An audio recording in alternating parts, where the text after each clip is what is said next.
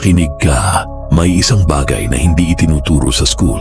Hindi rin sinasabi ng parents mo at halos walang taong nagkukwento tungkol dito. At dahil sa bagay na iyon, paulit-ulit kang natatalo sa trabaho, sa relasyon, sa buhay. Hindi dahil bobo ka, hindi dahil malas ka, pero dahil hindi mo alam ang laro. At ang pinakamasakit, may mga tao sa paligid mo na matagal nang alam ito at ginagamit na nila ito laban sa'yo. Ngayon, habang wala ka pang idea, napansin mo na ba ito? May mga pagkakataon na ginawa mo na ang lahat ng tama pero ikaw pa rin ang natalo. May mga tao na palagi mong tinutulungan pero kapag ikaw na ang may kailangan, biglang wala sila. May mga sitwasyon na honest ka, transparent ka, totoo ang intensyon mo. Pero ikaw pa rin ang nagiging masama sa mata ng iba. At minsan napapatanong ka sa sarili mo, bakit ganito? Ano bang mali sa akin?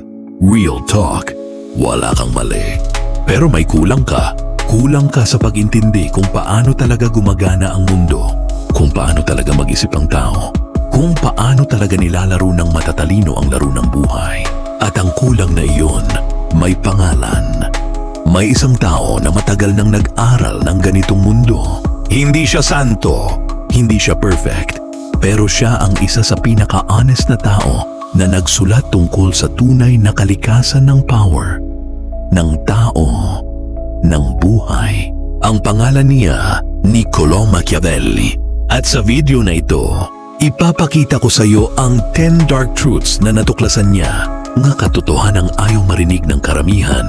Pero kailangan mong marinig dahil kung hindi mo ito maintindihan, patuloy kang magiging pawn sa laro ng ibang tao kung gusto mong maintindihan ang psychology ng tao, ang mga hidden patterns ng human behavior at ang mga uncomfortable truths tungkol sa buhay na bihirang pag-usapan.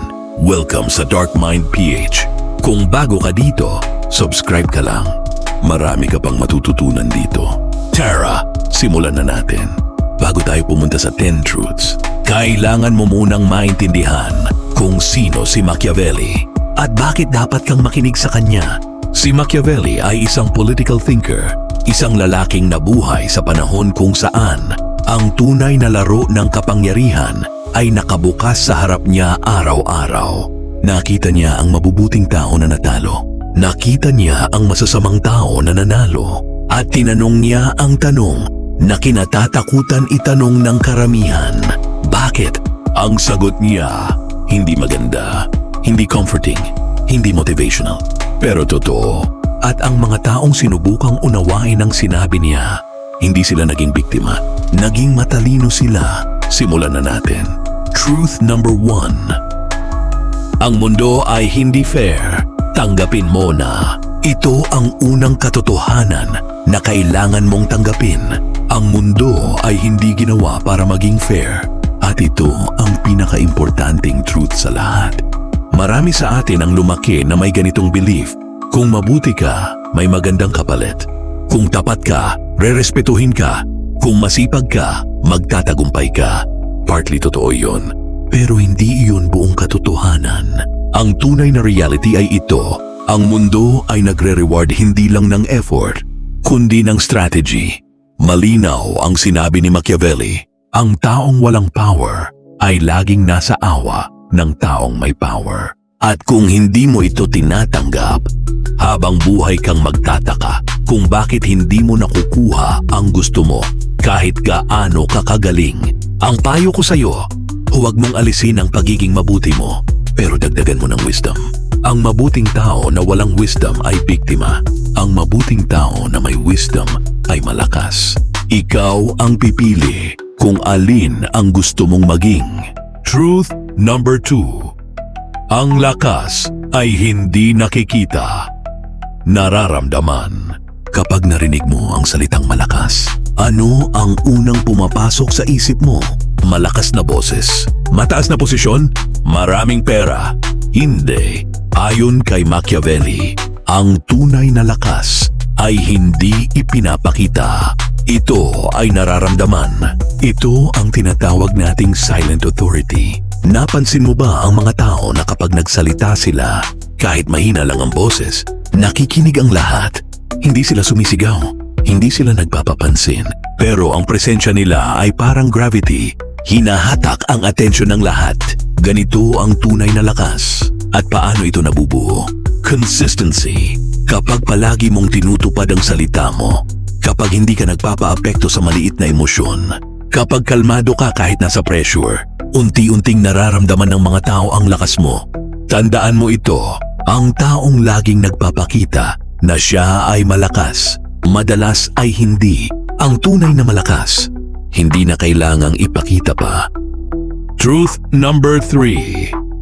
Lahat ng tao may tanong. Ano ang para sa akin dito? Ito ang truth na ayaw aminin ng karamihan. Sa bawat relasyon, friendship, work, romantic, may isang tanong na tahimik na umiikot sa utak ng tao. Ano ang mapapala ko dito? Hindi ito selfish. Ito ay human nature. At malinaw ang sinabi ni Machiavelli. Kung gusto mong makuha ang trust at loyalty ng isang tao, kailangan mong maintindihan kung ano ang gusto niya at doon ka magbigay ng value. Hindi ito manipulation. Ito ay understanding human behavior. Maraming tao ang nagkakamali dito. Nagbibigay sila ng gusto nilang ibigay, hindi ng kailangan ng kausap nila. Halimbawa, may kaibigan kang stressed sa trabaho. Sinabi mo, kaya mo yan, laban lang. Pero hindi iyon ang kailangan niya. Ang kailangan niya, may makinig sa kanya. Ang taong marunong umintindi kung ano talaga ang kailangan ng iba, siya ang nagiging mahalaga sa buhay ng maraming tao. Truth number 4. Ang sobrang pagtitiwala ay maaaring ikasira mo. Makinig ka dito ng mabuti. Hindi sinasabi ni Machiavelli na huwag kang magtiwala. Ang sinasabi niya, mag-ingat sa labis na pagtitiwala. Dahil ang sobrang tiwala sa maling tao, ito ang dahilan kung bakit maraming mabubuting tao ang nasasaktan. May psychological pattern dito. Kapag marami ka nang na-invest sa isang tao, oras, effort, emosyon, nahihirapan kang tanggapin na mali ang desisyon mo. Kaya kahit malinaw na ang red flags, pinipili mo pa ring ipikit ang mata mo at doon nagsisimula ang exploitation. Simple ang payo ni Machiavelli. Panoorin ang kilos ng tao, hindi lang ang salita. Dahil madaling magsalita, pero ang kilos, iyon ang katotohanan. Kung paulit-ulit nang ipinapakita ng tao na hindi kanya pinahahalagahan, maniwala ka sa nakikita mo, hindi sa gusto mong paniwalaan. Sandali lang. Kung hanggang dito, may realization ka na tungkol sa sarili mo or sa mga taong nasa paligid mo, i-like mo na lang ang video na ito. Hindi para sa amin, para sa'yo. Dahil ang pag-amin na may kailangan kang baguhin, iyan ang simula ng tunay na pagbabago. Tuloy natin. Truth number 5. Ang pagiging mapagbigay dapat may hangganan.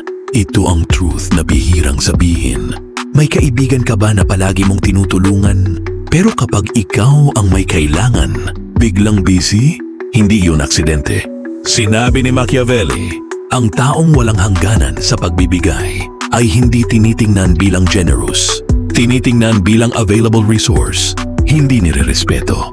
Ginagamit. Masakit marinig.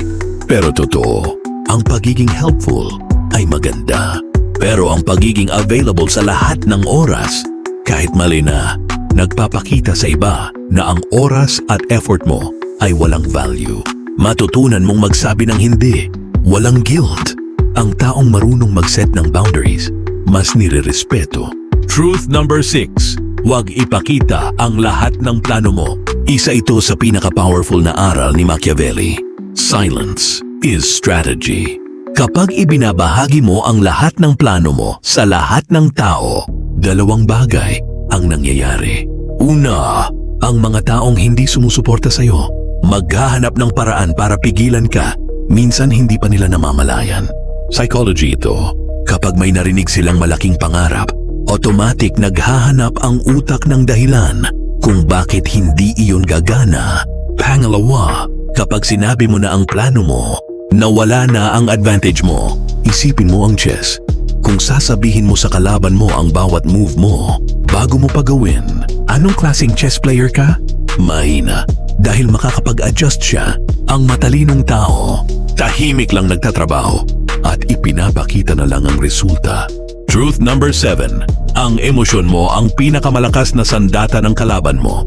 Ito ang truth na madalas huli na natututunan ng tao. Kapag nagre-react ka agad sa emosyon, galit, panic, defensive, ito ang signal na ginagamit ng ibang tao para malaman na kontrolado ka na nila. Tinatawag ito ni Machiavelli na controlled response, ang kakayahang piliin ang reaction mo kahit sa gitna ng chaos. Dahil ang taong madaling mag-react, predictable, at ang predictable na tao, madaling manipulahin. Napansin mo ba ito?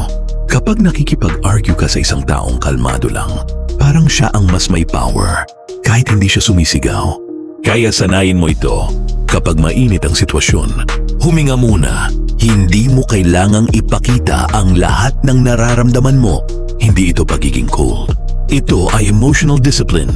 At ito ay isa sa pinaka-rare na traits ng tunay na malakas na tao. Truth number 8. Ang loyalty madalas nakabase sa power. Ito ang dark truth na ayaw marinig ng romantics. Sinabi ni Machiavelli, ang mga tao ay loyal, hindi lang sa'yo. Loyal sila sa kung ano ang mayroon ka para sa kanila kapag nawala ang power mo. Posisyon, resources, status, marami ang alis. Hindi dahil masama sila, dahil tao sila. Kaya ang tamang tanong ay hindi, paano ko mapapalakas ang loyalty nila sa akin? Ang tamang tanong ay, paano ko palalakasin ang sarili kong posisyon para may dahilan silang manatili? Hindi ito pagiging cynical. Ito ay pagiging realistic. Ang pinaka-stable na alliance. Hindi lang base sa emosyon. Base ito sa mutual benefit. Teka lang, kung pagsasamahin mo ang lahat ng narinig mo, ang unfairness ng mundo, ang silent power, ang self-interest ng tao, ang boundaries ng trust, ang value ng silence, ang emotional discipline, ang mechanics ng loyalty, makikita mo ang isang pattern. Ang karamihan ng tao, hindi natalo dahil masama sila. Natalo sila dahil hindi nila naintindihan ang laro. At ang masakit, matagal nang nagsimula ang laro. Nagsimula ito nang hindi ka handa, nang wala kang alam. At bawat araw na lumipas na hindi mo ito naiintindihan, may taong gumagamit nito laban sa'yo. Hindi ito para takutin ka, para gisingin ka. Dahil kapag naintindihan mo ang laro, hindi ito para maging masamang tao ka, para hindi ka na maging biktima. Truth number 9. Ang tagumpay nangangailangan ng adaptability. Sinabi ni Machiavelli, ang taong hindi nagbabago ay mabilis na natalo ng panahon. Ang mundo ay palaging gumagalaw. Ang sitwasyon nagbabago. Ang mga tao nagbabago. Ang taong kumakapit sa isang paraan lang, kahit hindi na ito gumagana, siya ang naiiwan. Hindi ito tungkol sa pagiging walang prinsipyo. Ito ay tungkol sa pagiging flexible sa strategy. Habang solid sa values, ang prinsipyo mo hindi nagbabago, pero ang paraan mo dapat nag-a-adjust. Dahil ang matigas na bagay, nababasag. Ang flexible, nabubuhay. Truth number 10. Self-control ang pinakamalakas na power. At dito tayo sa huling truth. Ang pinaka-important sa lahat. Lahat ng narinig mo ngayon, walang silbi kung wala kang self-mastery. Hindi lakas ang galit. Hindi lakas ang paghihiganti. Hindi lakas ang impulsive decisions. Ang tunay na lakas, self-control. Dahil ang taong kontrolado ang sarili, mahirap talunin. Hindi siya basta nagre-react. Hindi siya basta nagdedesisyon. Hindi siya basta natatangay ng emosyon. Si Machiavelli ay nagsulat tungkol sa mga pinuno. Pero ang prinsipyo ay para sa lahat. Ikaw ang pinuno ng sarili mong buhay.